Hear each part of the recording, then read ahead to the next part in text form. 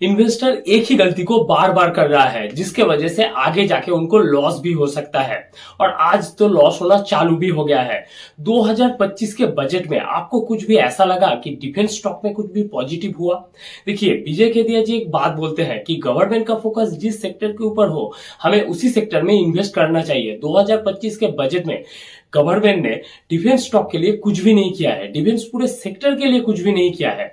तो जो लोग डिफेंस स्टॉक में इन्वेस्ट कर रहे हैं उन्हें आगे जाके लॉस हो सकता है। मगर बजट के बाद हमें कुछ और ही देखने को मिला। डिफेंस के स्टॉक लगातार 2-3 दिनों तक पॉजिटिव बंद हुआ।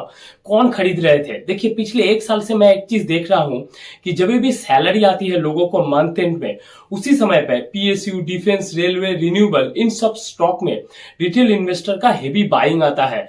इस बार के बजट के बाद इस हफ्ते रिटेल इन्वेस्टर का हेवी बाइंग आया था डिफेंस स्टॉक के ऊपर, इसलिए डिफेंस स्टॉक ऊपर थे, मतलब पॉजिटिव थे। अब मैं आपको 3 पॉइंट बताता हूं जिससे कि आपको पता चलेगा कि इंडिया का डिफेंस स्टॉक आगे जाके अच्छा परफॉर्म नहीं करेगा या फिर नहीं चलेगा। सबसे पहला पॉइंट है कि गवर्नमेंट का फोकस नहीं है डिफेंस सेक्टर के ऊपर। पिछले 3 साल डिफेंस स्टॉक अच्छा कर रहा था क्योंकि पिछले 3 साल के बजट में गवर्नमेंट के फोकस था डिफेंस स्टॉक, इसलिए डिफेंस स्टॉक में मल्टीबैगर रिटर्न मिला था। मगर इस बार के बजट में गवर्नमेंट का डिफेंस स्टॉक के ऊपर कोई भी फोकस नहीं है। दूसरा रीजन है डोनाल्ड ट्रंप। देखिए, डोनाल्ड ट्रंप आते ही एक बात तो क्लियर हो गया कि दुनिया कहीं ना कहीं ग्लोबल पीस की तरफ जा रहा है, मतलब शांति की तरफ जा रहा है।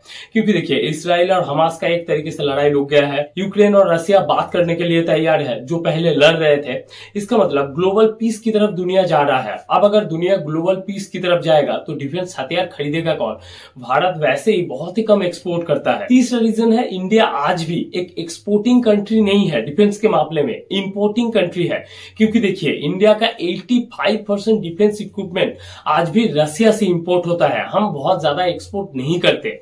और एक चीज देखिए, किसी भी देश का डिफेंस स्टॉक तभी अच्छा परफॉर्म करता है जब अमेरिका की तरह वो खुद ही दूसरे देशों को लड़ाता है, जैसे मिडिल ईस्ट को लड़ाता है, वहां पे हथियार बेचता है, यूक्रेन में लड़ाई कराता है, वहां पे भी हथियार बेचता है, या फिर रसिया की तरह हो। इंडिया को पाकिस्तान और चाइना से डर है, इसीलिए इंडिया को कंटिन्यू रसिया से हथियार खरीदना पड़ता है, इससे रसिया को फायदा होता है। इंडिया दिन भी देशों को एक्सपोर्ट करता है, वहां पे ये सब मजबूरी नहीं है, इसलिए इंडिया का डिफेंस स्टॉक आगे जाके बहुत अच्छा शायद नहीं करेगा। हाँ, डोमेस्टिक कंजम्पशन आएगा, इंडिया का जो इंटरनल नीड है डिफेंस का वो तो कंपनी बनाएगा, मगर स्टॉक यहां से बहुत बढ़ जाएगा 30-40% गिरने के बाद, या फिर यहां से मल्टीबैगर रिटर्न दे देगा, ऐसा तो मुझे नहीं लगता डिफेंस स्टॉक में। मगर लोग अभी भी बहुत सारा डिफेंस के स्टॉक खरीद रहे हैं, मुझे लगता है आगे जाके उन लोगों का रिटर्न नहीं बनेगा, इन्वेस्टर को लॉस होगा डिफेंस के स्टॉक में।